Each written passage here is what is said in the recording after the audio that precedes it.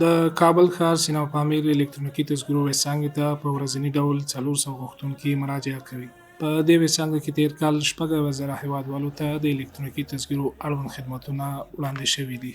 تیر 1403 کال کې د سینماپامیر الکترونیکي تذکرو مرکز تقریبا 3,000 هیوادوالو ته الکترونیکي تذکرې ویشلې دي. سربیره پر د 3,000 نورو هیوادوالو ته د ویش وروسته خدمات ترسره کړي.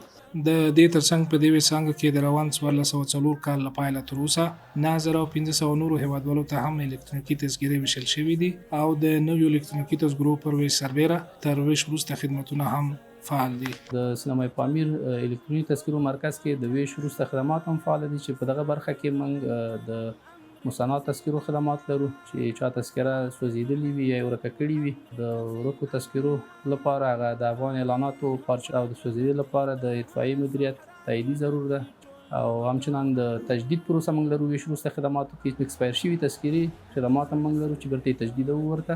بر علاوه د هغه د ثبت ازدواج خدمات موږ لرو او ثبت طلاق خدمات چې د رسمي نکاح خط او رسمي زوجیت خط په اساس او د رسمي طلاق خط په اساس دا پروسه ترسره کیږي. په دې ویبسایټ کې د الکترونیکي تذکرو ځینې غوښتونکي د خدماتونو له بهیر خوښ دي او د الکترونیکي تذکرې ترلاسه کول اړین ګڼي. هیوادوالو دپاره دا پیغام ده چې الکترونیکي تذکره خامخا ضروري باید واخلو په دې خاطر چې موږ د افغانستان د افغانستان هویت باید ولرو. د تذکرو لحاظ نه د سیم کارتونو لحاظ نه موږ سره دغه برقي تذکرې ډېر کومکونه کوي.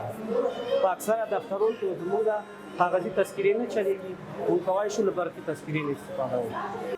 د NSIA معلوماتو ملي ادارې خپلو ولایتي ریاستونو او د الکترونیکي تذکرو د ویبسایټ مدیریتونو ته د ځینو صلاحیتونو په تفویض سره او په ویبسایټ کې د میوند بانک څانګې په رامنځته کولو سره زیاتې اسانتیاوې رامنځته کړي چې اوس مهال هیوادوال په لنډه موده کې خپلې تذکرې ترلاسه کولی شي.